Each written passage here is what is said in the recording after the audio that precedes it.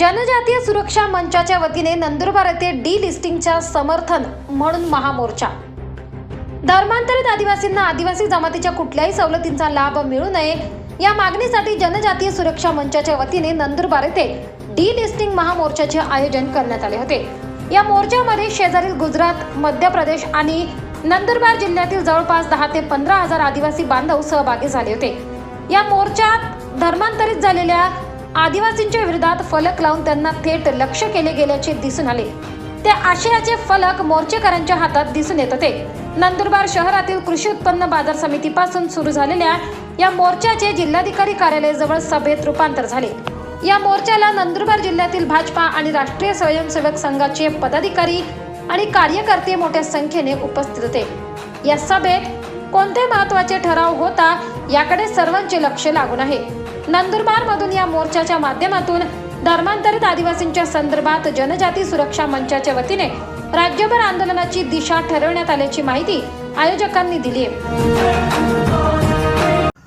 प्रमुख मागणी अशी आहे की जो जनजाती समूह किंवा जनजाती व्यक्ती, आदिवासी व्यक्ती जर आदिवासींच्या रूढी, प्रथा, परंपरा, पूजा पद्धती जर पाळत नसेल आणि जर तो आदिवासींच्या तरी लाभाची सवलती किंवा आरक्षण किंवा लाभाची पदं हे जर घेत असेल तर आपली एक मागणी सरकारकडे आहे की जो धर्मांतरित झालाय, जो आदिवासींची ओळख असणाऱ्या काहीही पाळत नाही अशा माणसाला अनुसूचित जमातीच्या यादीतनं बाहेर काढा, म्हणजे त्याचं डी-लिस्टिंग करा। अशा पद्धतीची मागणी आपण राष्ट्रपतींकडे या मोर्चाच्या द्वारे करणार आहोत, मेळाव्याच्या द्वारे करणार आहोत। साधारणतः किती लोक आज सहभागी झालेले आहेत आणि काय तुमचा अजेंडा काय असणार आहे? सर 25,000 पर्यंत आपल्याकडे तशी नोंदणी झालेली होती की काल 15 तारखेपर्यंत। आता स्वतःहून हा समाज, जनसमुदाय सगळा इथे पोहोचतोय तर साधारणपणे 30,000च्या वरती हा सगळा जनसमूह या मेळाव्यामध्ये उपस्थित राहील अशी तरी आता शक्यता आहे। या सगळ्या विरोधाचा पण विरोधाभास खरं तर आम्ही हा अजेंडा काही असा घेतला नाही की हिंदू काय किंवा मुसलमान काय,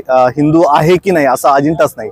मुळातच संयुक्त संसदीय समिती म्हणजे जेपीसी जी बसवली होती 1969ला, त्या समितीनेच असं म्हटलेलं आहे की जो आदिवासींच्या परंपरा पाळत नाही, कोण पाळत नाही तर जो इस्लाममध्ये गेलाय, जो ख्रिश्चनमध्ये गेलेला आहे, तो आदिवासींच्या कुठल्याही परंपरा पाळत नाहीये, म्हणून त्याचं डिलिस्टिंग करा।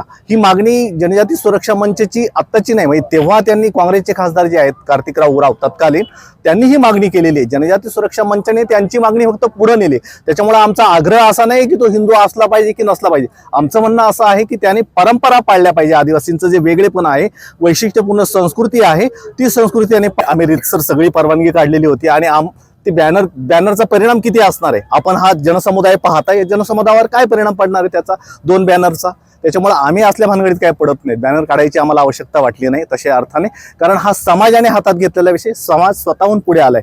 विरोधाचं जर त्यांचा विरोध असेल तर मला वाटतं ज्या विरोधी संघटना असतील, विरोधी समुदाय तर ते हे चुकीचं आहे, आपण त्यांच्या विरोधात नव्हते। आमचं तर म्हणणं असं आहे, जर बाहेरच्या संस्कृती म्हणून बाहेरच्या धर्मामध्ये गेलाय, धर्मांतरित झालाय, उलट तो परत आपल्या संस्कृतीत, मूळ संस्कृतीत आला तर ते आम्ही स्वागतच करतोय त्याचं।